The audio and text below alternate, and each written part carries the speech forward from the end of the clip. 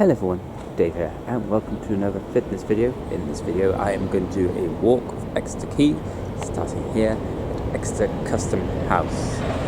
We are going to go from Exeter Custom House, where all the customs used to be for the trade tariffs, the barges and ships that used to come into Exeter, to the docking bit of Exeter Quay. This used to be a small warehouse for the quay, now a cafe and antique centre. Just here is where all the barges and ships used to pull up along and empty their wares. You can now see that there's a pontoon there for leisure craft. As you can see, this is an old shelter building for where traders used to set up their stands and stuff like that. It's had a redone of the roof, so the roof has been redone. The buildings across there were once stores and some warehouse bits. Now stores, a pub, always has to be a pub on the docks. Got some more older buildings which were in the lower half, once again storage units for wool, food, salt, spices. Now shops. In fact, quite a lot of these buildings along here were for storage and built into the side of a hill. Now, why are they built at the side of a hill? Because when these docks were in operation, trading, you can see the old poles where they used to tie up the boats there. There wasn't any such thing as cooling, no refrigeration or anything like that. What does that mean? It means that storage wasn't necessarily that good. It was very hard to keep things fresh. You didn't want your spices going off, you didn't want your fruit going off, you didn't want your wool degrading, so they literally built them into the hill to keep them cool, to help with keeping the goods as fresh as possible for the long journeys to Europe, America, Africa, wherever they were going. Once again, it's all like shops, independent businesses, carpenters, blacksmiths, coffee shop, all that kind of stuff. But you can see by the amount of spaces for boats along this part of the quay that it was quite a busy little hub of activity back in the day. Victorian era, just before the Victorian era, medieval. Exeter's always been a busy little city for down here in the southwest. Nowhere near as busy as London, of course, but still, we of course have a slipway for boats and kayaks, as well as any sort of paddle boats to help with the unloading of docks. And it looks like at the moment we have a swanner who's found herself some hay to nest in. Where did you get that hay, swanner, hey? Hey, swanner, hey. Oh dear, that was awful. Sleepy swanner. Anyway, moving on. Yes, it's getting to that time of year where they're thinking about hatching their eggs, or not, as the case may be. And you can tell that this part of the quay is frequented quite a bit. Not at the moment, because it's nice and early in the morning.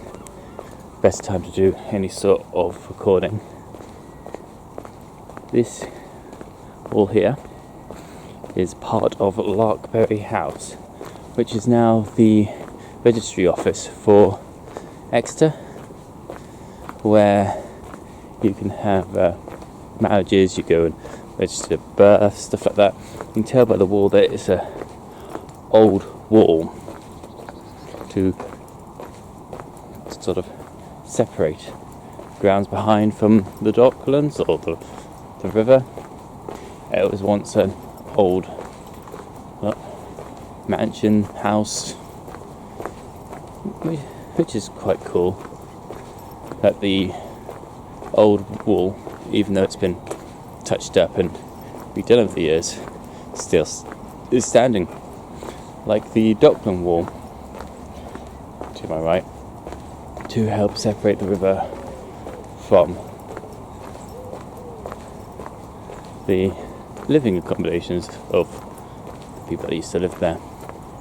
We do have, coming up, a pub.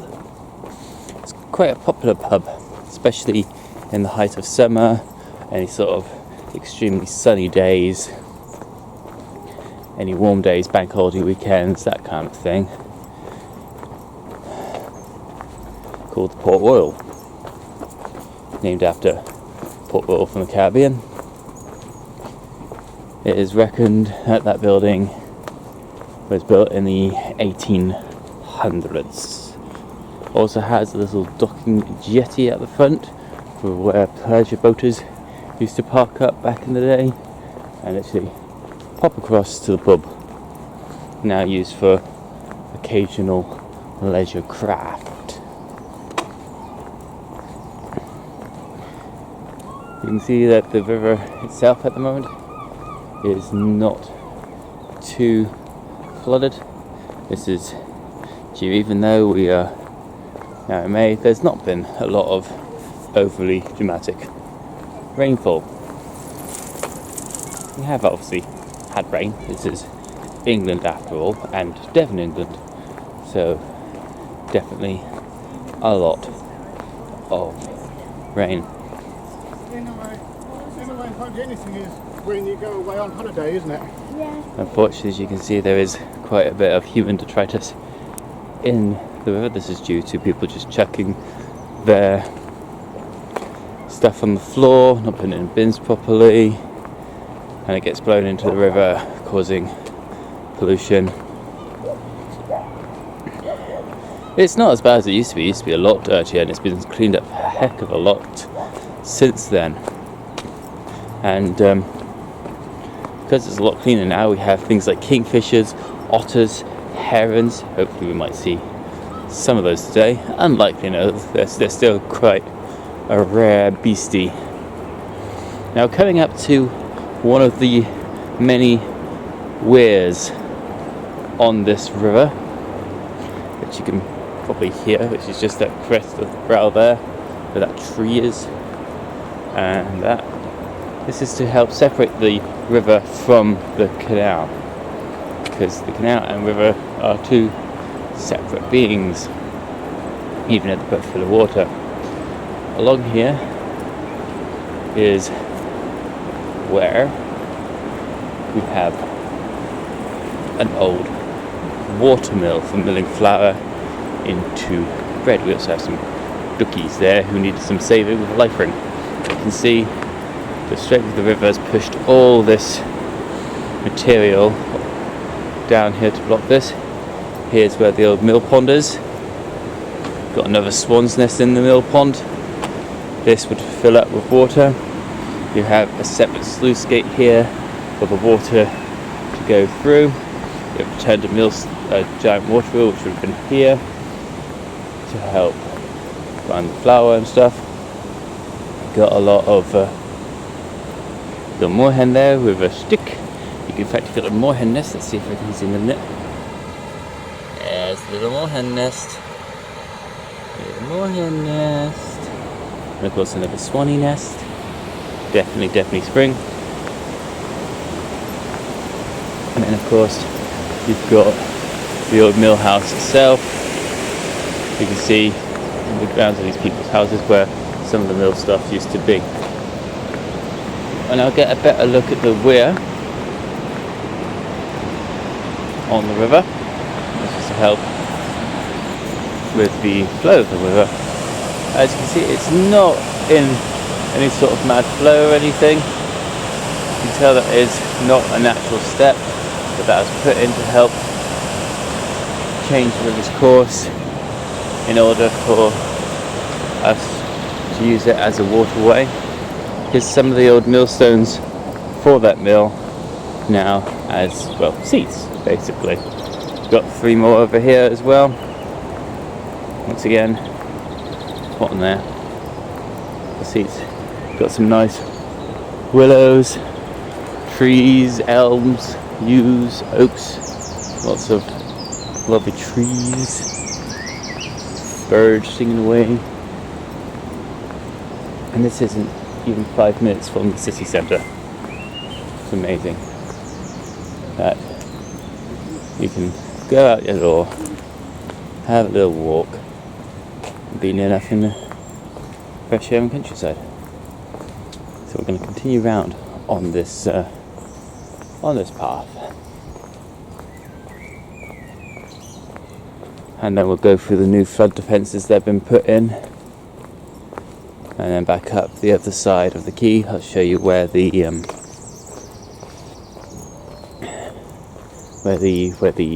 canal branches off from the quay and all that kind of stuff there.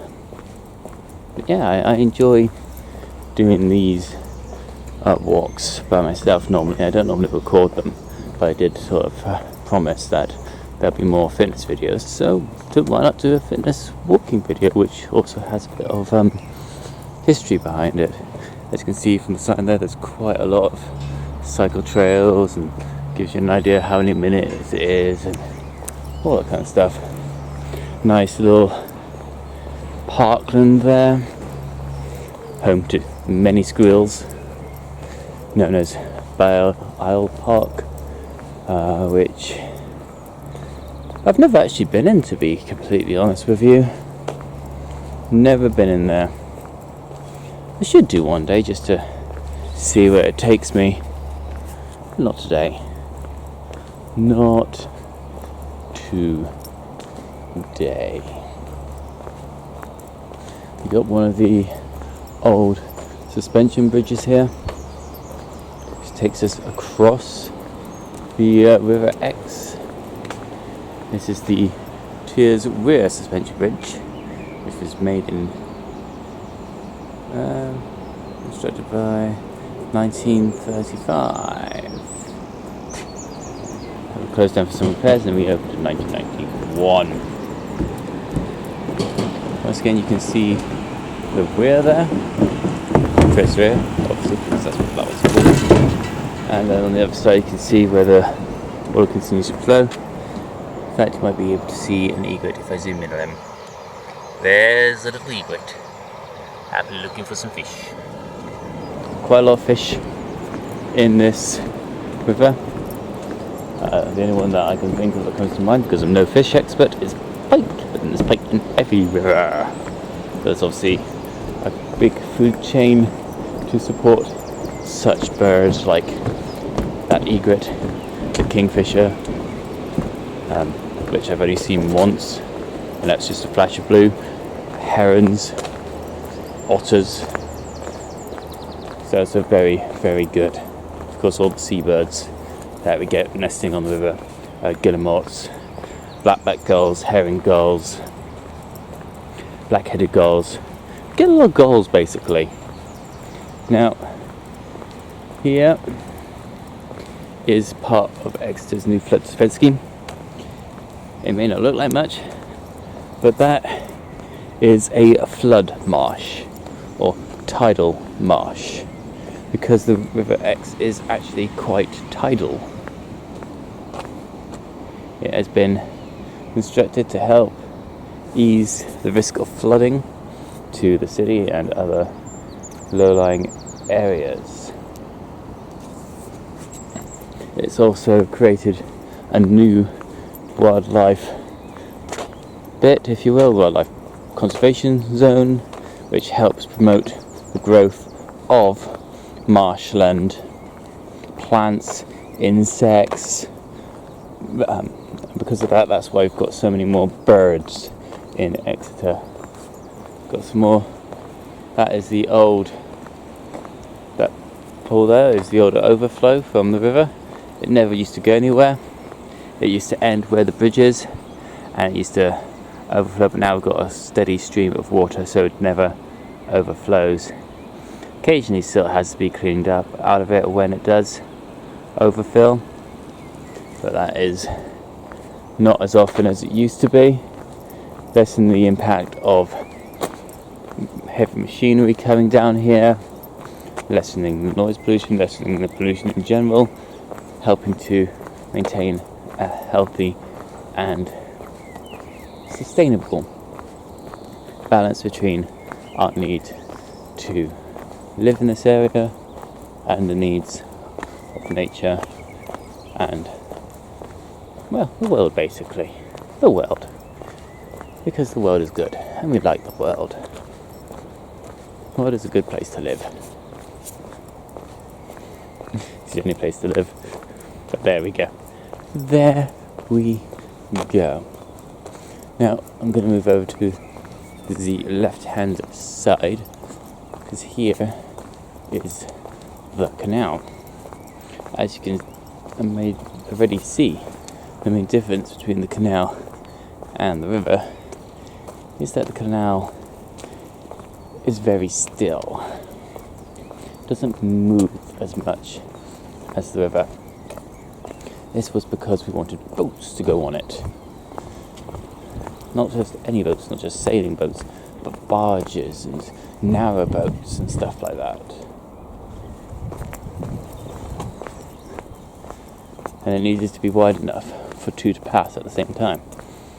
The old walkway, which you can see goes near enough to the edge, was when we used to have horses pull the narrow boats up the river. In fact, I can hear some duckies. Some ducks. More ducks.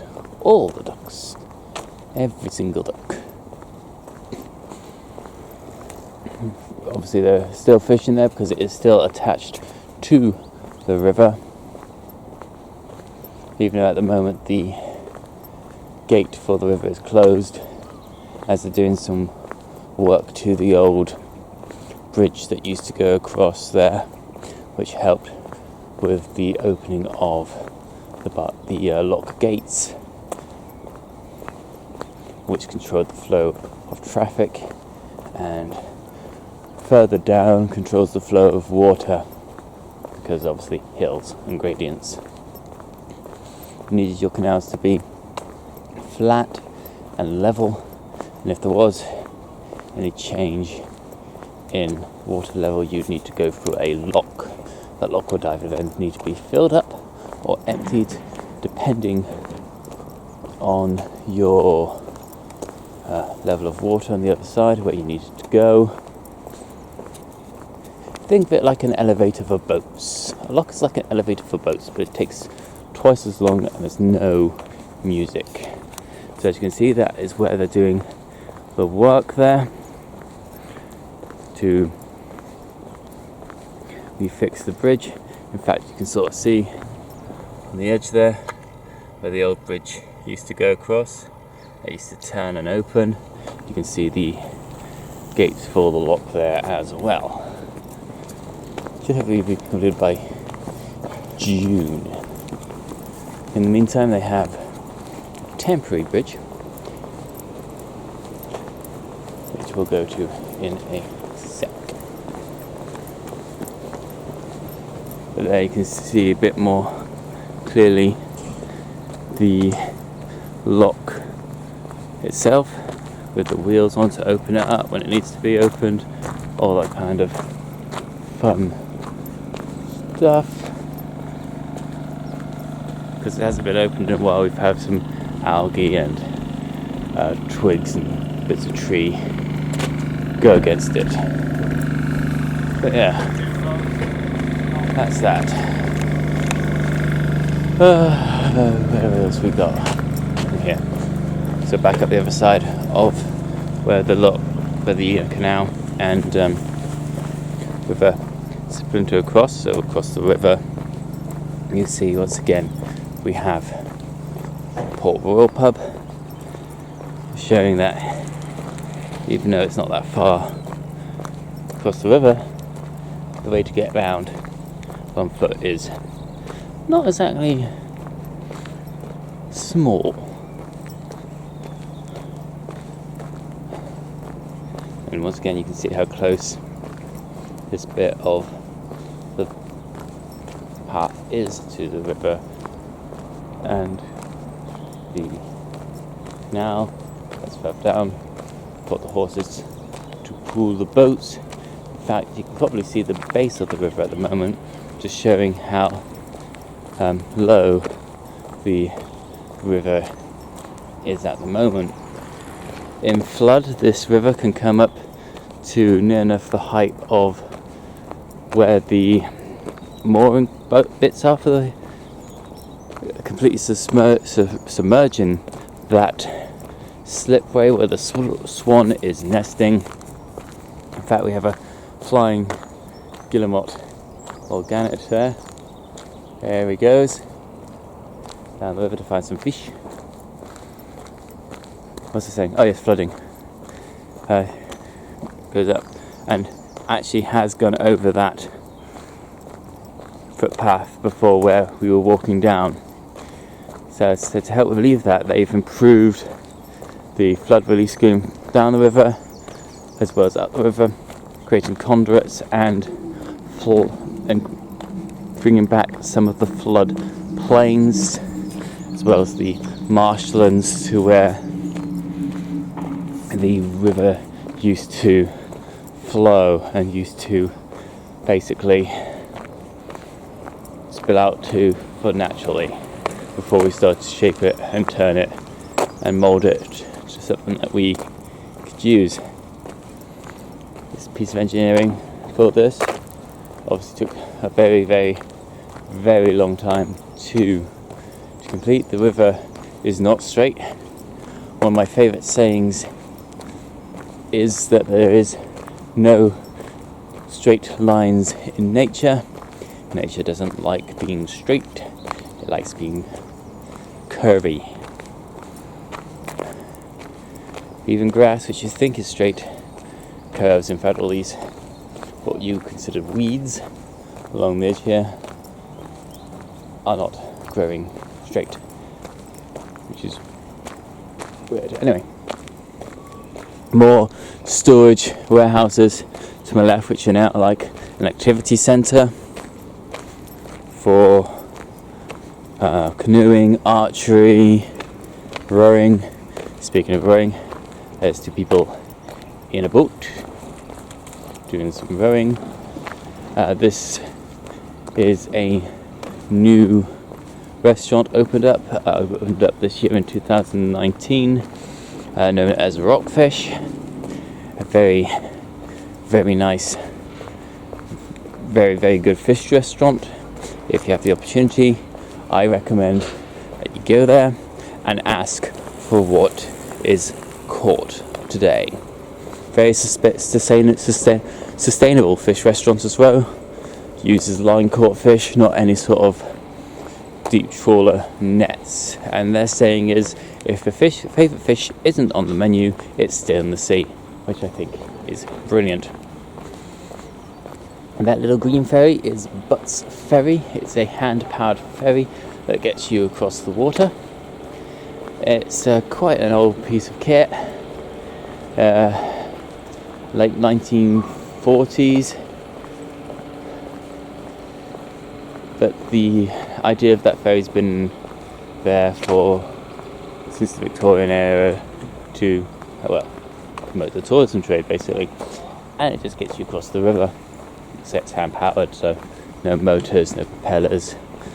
The reason we've got some barriers around the trees here is because their roots are now pushing up the pavement, as you can probably see from this one. See the cracks and the lumps. That is the roots pushing up, making this unsafe. So I don't know what's going to happen there, if they're going to remove these trees or if they're going to redo the pavement. Hopefully it's just going to be a redo of the pavement, as we need trees. Now once again we're going to cross this suspension bridge here to go back to the beginning, because there is the customs house just over there. Once again, this is a suspension bridge. It's quite a few years old. We've got this information just here. Crickle Pit Bridge, Highways Act 1980. The use is public on the footpath across the bridge is basically allowed by the canal people. So 1980, it's not actually that old. I thought it was older than that. But there we go. There we go. Again, you can see more swans on the river. You can probably see some Canadian geese. Let me see if I can get in closer for you. Canadian geese. There's the Canadian geese. Oh dear, I'm so wobbly today. There's a herring gull. You should all know what a herring gull is, especially if you live in the United Kingdom. If you don't know what a herring gull is, Google it. Google herring gull. It is it's a fun thing. It is a fun thing. The swans and geese normally come up onto this bank to feed, because they like eating the grass.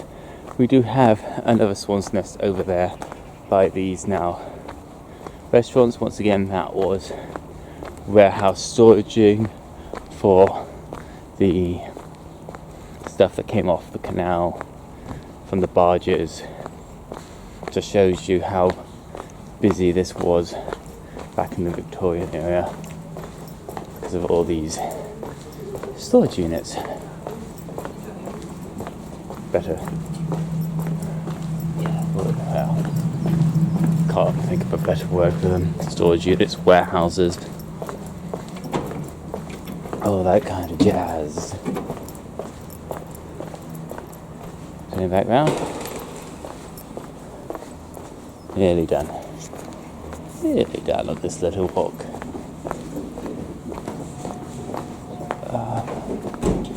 The bridge that we're coming up to now has been re-strengthened recently, which is why there's still a bit of metal and all that on it. This is an old bridge, you can tell by the stone, but they had to re-strengthen it. They've also put a new bridge there for that cafe for some reason that I have yet to fully understand. And we are back here at the customs house where what began.